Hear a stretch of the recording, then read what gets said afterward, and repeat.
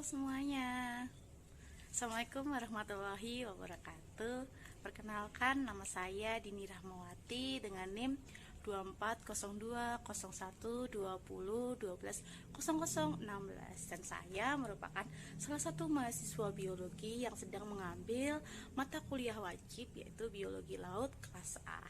Nah, di sini saya akan menjelaskan sedikit informasi mengenai salah satu organisme laut yaitu Gelidium sp. Yuk ikut menyimak video dari saya. Nah, diawali dengan pengertian dari spesies Gelidium sp itu sendiri.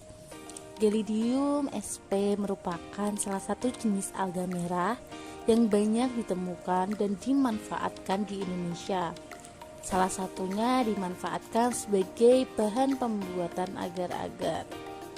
Gelidium sp itu sendiri di Indonesia mempunyai nama yang beragam pada beberapa daerahnya.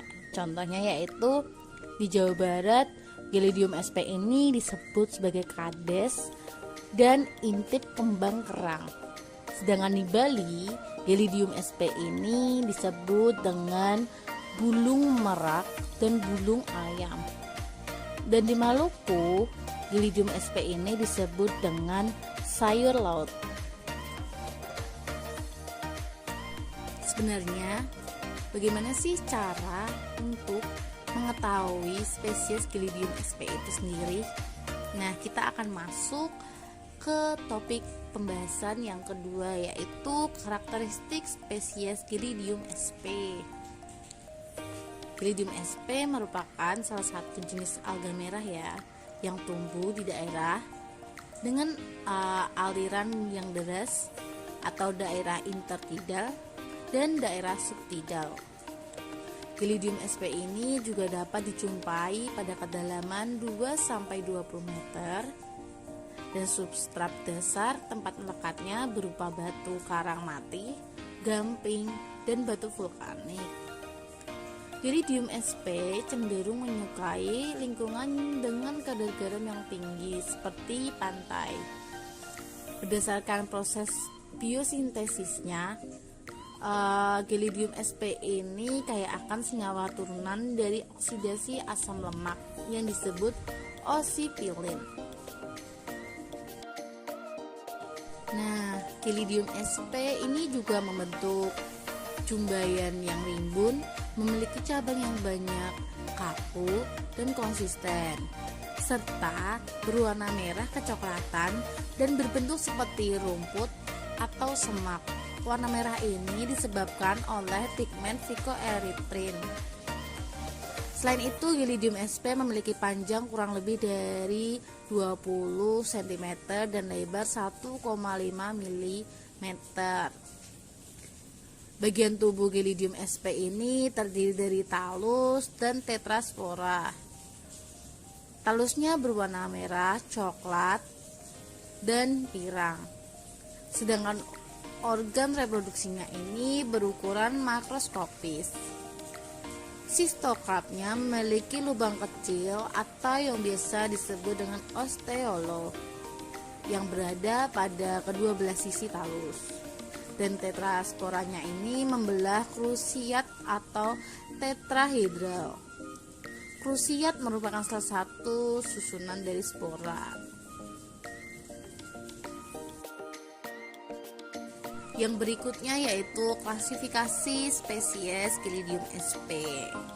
Gelidium sp termasuk ke dalam kingdom Archaeplastida dengan divisi Rhodophyta, kelas Rhodophyceae, ordo Gelidiales, famili Gelidiacea, genus Gelidium, dan nama spesiesnya yaitu Gelidium sp. Gelidium sp ini termasuk ke dalam kingdom Archaeplastida.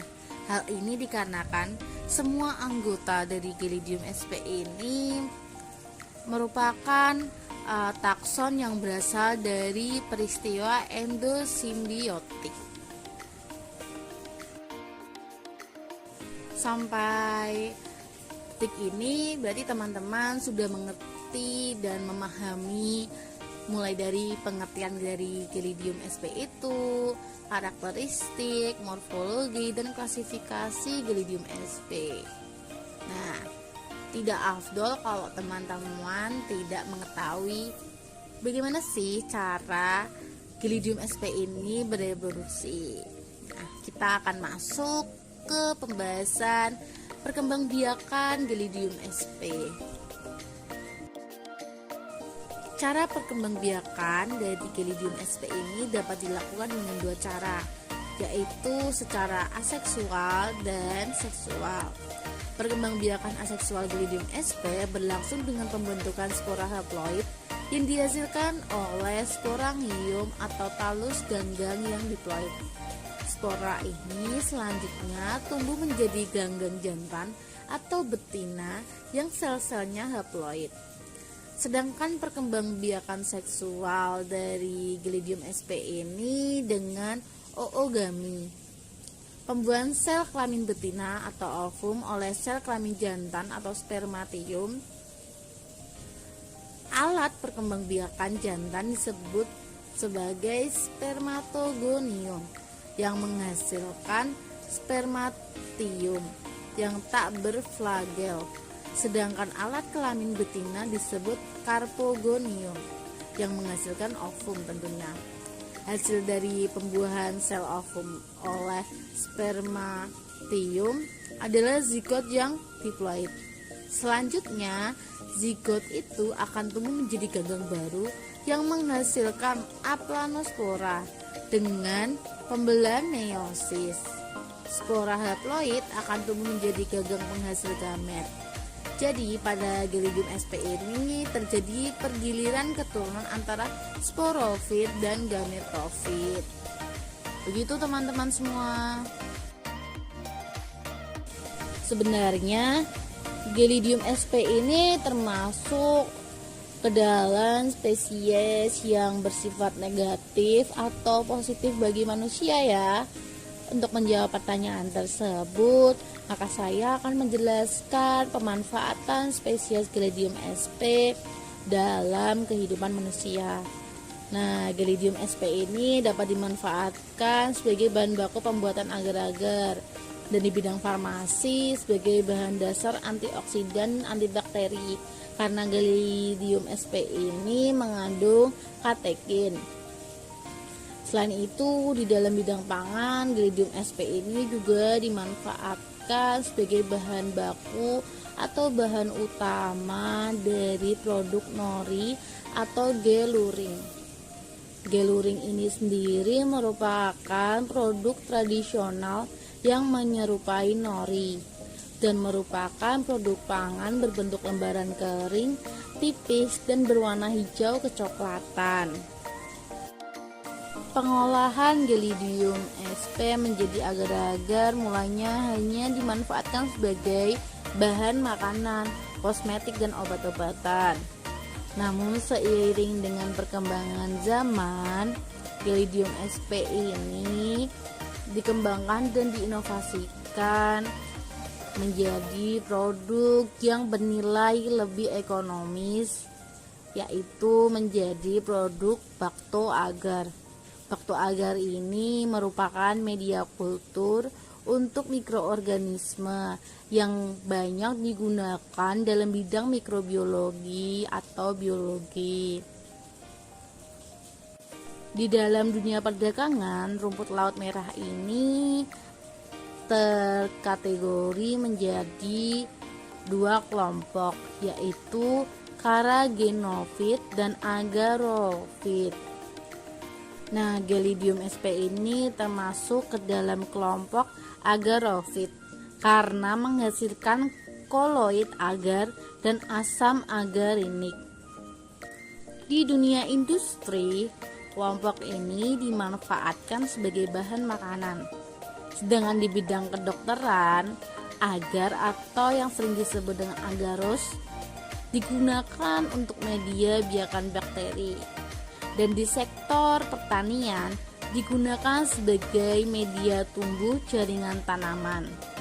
Dan sedangkan di bidang kesehatan sebagai obat anti desentri atau diare dan anti gondok. Berdasarkan penjelasan saya, pastinya sekarang teman-teman lebih mengetahui tentang spesies Gelidium sp ini sendiri, bukan?